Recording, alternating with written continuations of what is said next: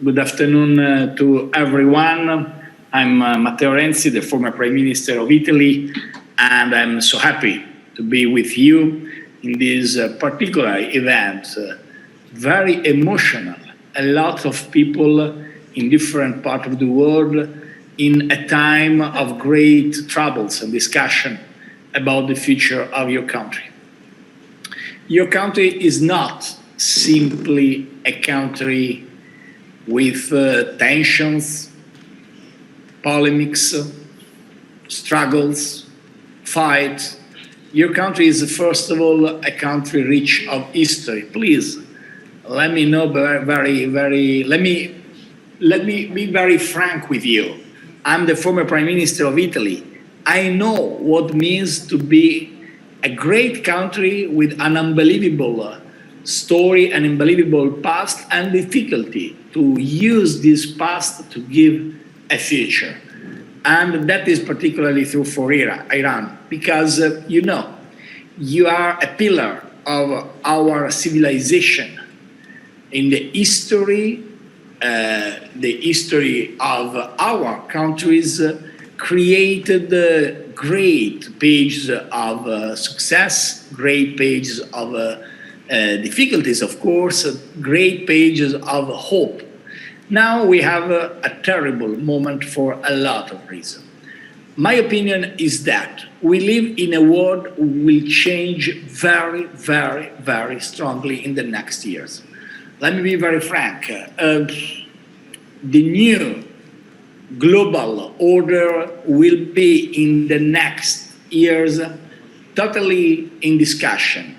The relation between USA and China will be particularly interesting and maybe difficult in the 20s.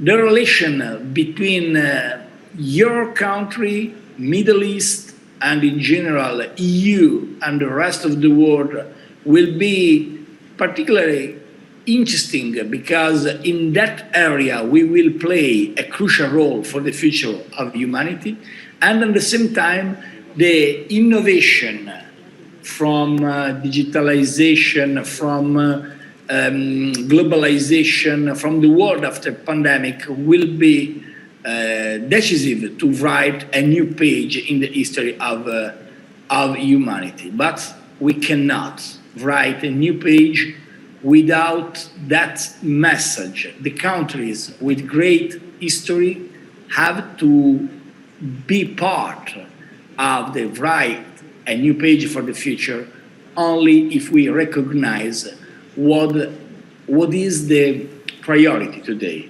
And for that, I think Iran is a crucial point. I try with my colleagues European to write a new page when I was Prime Minister. I visited Tehran as a member of G7.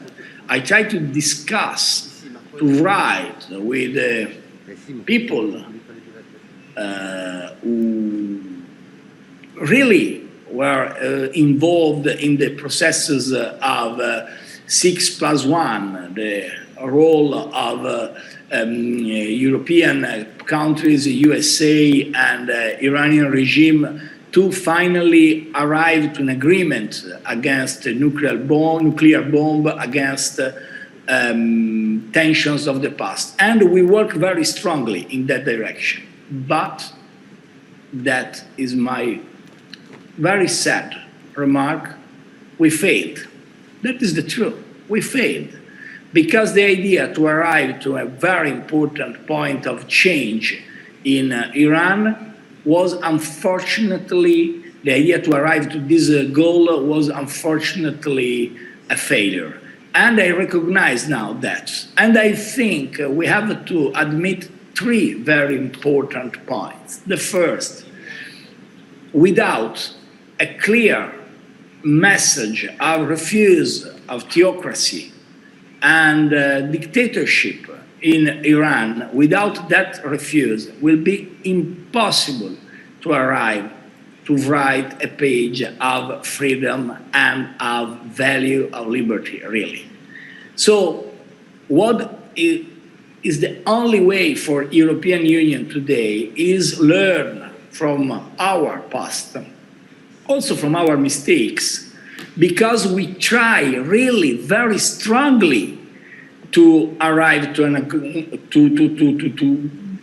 achieve a good result of peace, but was impossible and not for our responsibility.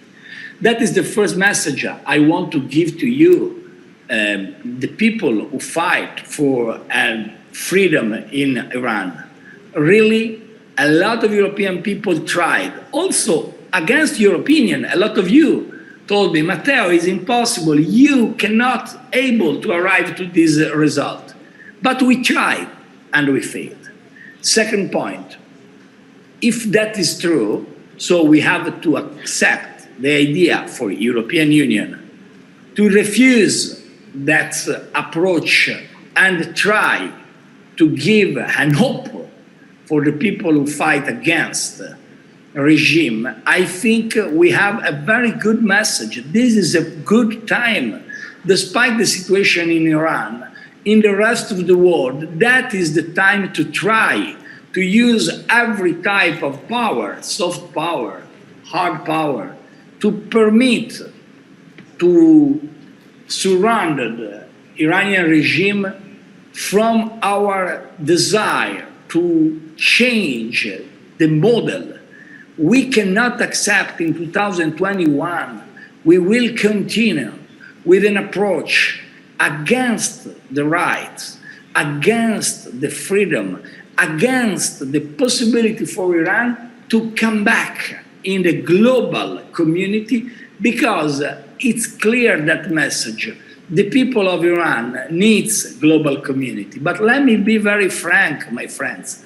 Also, global community needs Iran for the values of your country, for the history of your country, for the passion of your country. Without Iran, world is poorest. World is without a pillar. The past is not important only for the memory, for the book of history. The past is important to build today a perspective for the future. And without Iranian values, without Iranian history, without Iranian tradition, the world of tomorrow will be weak. So that is the time to write a change, to write a page of radical change and support the people who fight to cancel the theocracy and come back to be in Iran a part of the new world. Also because, and that is the third remark, that is not the time to fight for a nuclear bomb in Iran. That is a time to fight against poverty in Iran, because it's unacceptable. A country rich not only of history, but also of assets, as your country, was considered for responsibility of regime, a country unfit for global investment. We tried again to encourage the global exchange. I personally tried in 2015, 2016 to encourage companies to make a dialogue between the countries, between the areas. But unfortunately, the regime blocked that. And the real priority today is only one: fight to give to your country the possibility to cancel poverty, not to build a bomb, not to build a nuclear program. So I'm not, in my life, I wasn't a part of a traditional opposition. I tried to make every effort as a pragmatic politician to encourage the dialogue, but I have to admit today, the situation is really difficult, and we have to accept that message. If we want to create a new page of hope for that area, we have to cancel theocracy, we have to cancel that approach, and we have to write a page of freedom, a page of real creation of new values. I conclude with this personal opinion. We live in a world with artificial intelligence, with Internet of Things, with digitalization and new personalized medicine. We will live in a world in which the 20s will be years with the pandemic as the last century, but I hope not with a Great Depression as the last century, but a great growth. To arrive with this great growth, we have to invest, of course, in the startups, in the labs, in the new ideas. That is absolutely correct. But exactly for that, we will need in the next years an heritage of common values. And that heritage of common values comes from our history.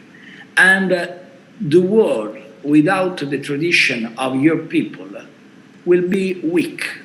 We have to come back to open the doors of Iran to the global community and the global community to Iran. But the only way, and that is my through, after I try to make every type of dialogue, there is not a possibility without a change of regime. And also the situation of today, after the vote, after the polemics about vote, after the polemics of president-elect for his role in 1988, after a lot of things you described very well in that event, I think I'm absolutely persuaded there is not way to give peace, prosperity, and future to Iran if we don't accept the idea to radical change in the regime.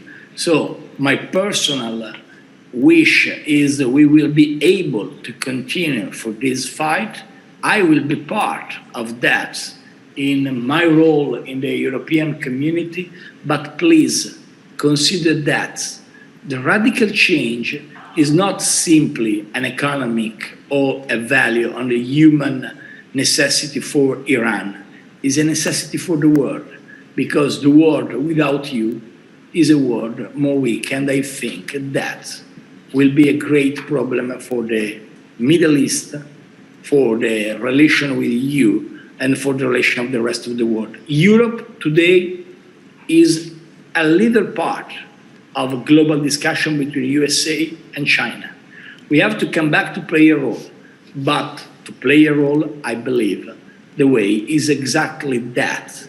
Come back to have a great vision for the future of the area and not accept this approach of regime, with a dangerous approach, not only for Iran, but for the rest of the world. Thank you so much.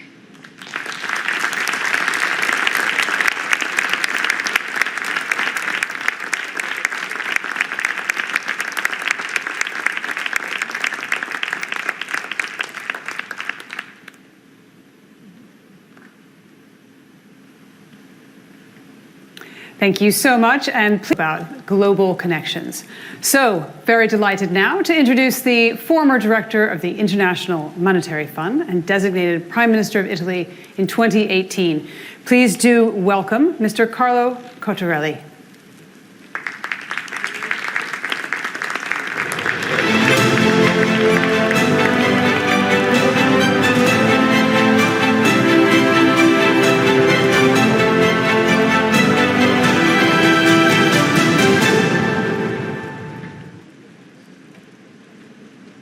Thank you very much. It is for me a great honor to participate in this event together with such a distinguished list of speakers. We are here to discuss a topic which is of extreme importance from a political, social, and an economic perspective. Over the last millennia, and you can say this only for a handful of countries, Iran has been at the center of the world's cultural and economic development. And it is therefore particularly sad and upsetting and disturbing to see the Iranian people going through such a difficult period over the last decades. In my remarks, I will focus primarily on the Iranian economy because that's where my comparative advantage is. But let me underscore at the outset that the problems arising for the Iranian people from to use a euphemism, a disappointing performance of the Iranian economy, pale when compared to the issues related to freedom, to governance, to democracy that have been raised and highlighted by all the speakers that preceded me.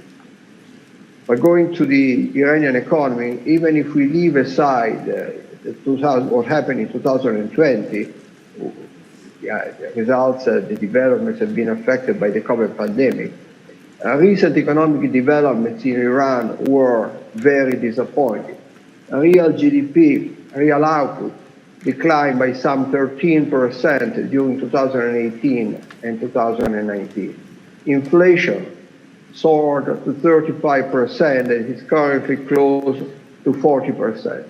The external current account surplus shrank to little more than zero in 2019, and it turned into a deficit in 2020 for the first time since 1998. The unemployment rate, officially at some 11%, is estimated by the Institute of International and Strategic Affairs of Paris to be twice as much. Over the last 2 years, poverty increased from 11 to 16%, adding 3.7 million people to the poverty roll. According to Bloomberg, the exchange rate against the US dollar depreciated by some 80% since early 2018 in the unregulated market. Certainly some of these results were affected by the tightening of the international sanctions. However, the weak performance of the Iranian economy has a much longer history. Over the last few decades, economic performance has been poor, with bouts of growth driven primarily by the oil sector. Perhaps a single number can summarize all this.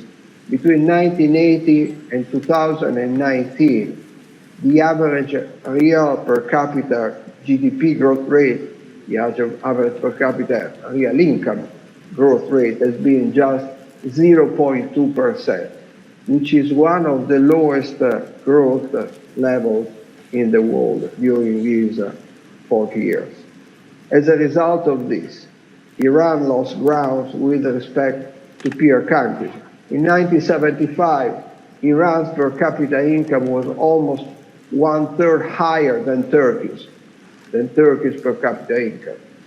40 years later, Iran's per capita income is almost 1/3 lower than that of Turkey. The impact of this low economic growth on the population has not been compensated by a more equal income distribution. On the contrary, in 2019, the Gini coefficient, which is a standard coefficient of income inequality, stood at a level of 42 according to the World Bank. This is a weak result. It's a very weak result. Almost 3/4 of the 170 countries surveyed by the World Bank have a more equal income distribution. All these results, of course, the Iranian regime blames all this on the sanctions, but it is not just the sanctions. All these results point at mistakes in domestic policies, lack of economic reform, and severe shortcomings in the economic governance framework. And just a few numbers show this.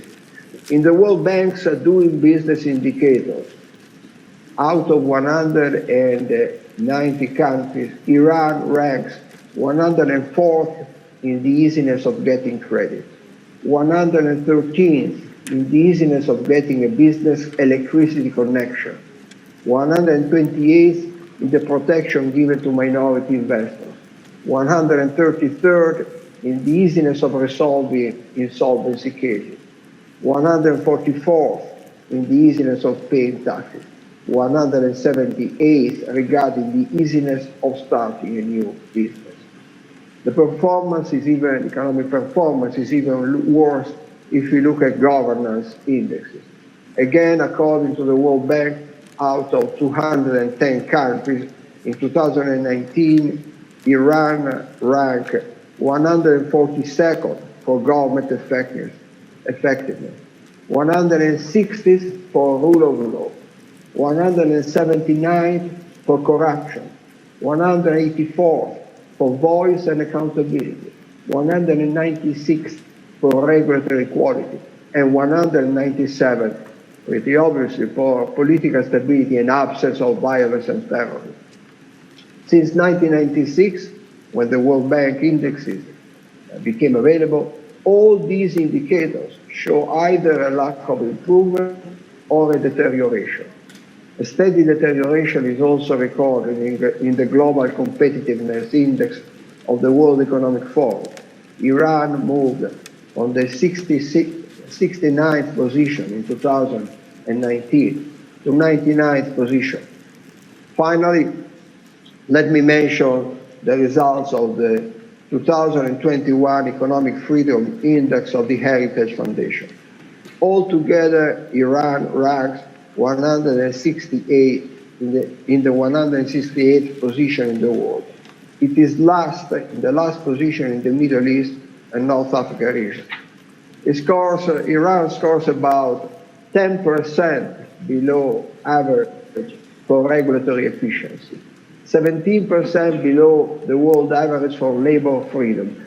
Allow me to open a short parenthesis here to mention some key issues relating to employment and unemployment, to the labor market. The first is the high level of unemployment among the young, some 28%, even in the official statistics. Second, there is a surprising association between the level of education and unemployment. The unemployment rate for college-educated youth is particularly high. For men and women aged between 25 and 29, it is close to 35% for men and 45% for women, according to the 2016-17 census. More education. This means that more education is associated with higher unemployment. The third feature that I want to highlight about the labor market is the social exclusion of women. Labor participation just at 13%. Now let me go back to other aspects of the Economic Freedom Index of the Heritage Foundation. Iran is 23% below average for trade freedom, 33% below world average for government integrity, 40% below world average for property rights and judicial effectiveness, 45% below average for monetary freedom, 80% below the world average for financial freedom, and as much as 91% below the world average for investment freedom. These statistics, this data, this information lead us to a clear conclusion. Over the last decades, during the post-revolution period, the Iranian economy suffered from severe economic mismanagement, which added to the economic consequences of the political mismanagement that led to economic sanctions. This cannot last. This needs to be changed. Thank you for your attention. Thank you very much.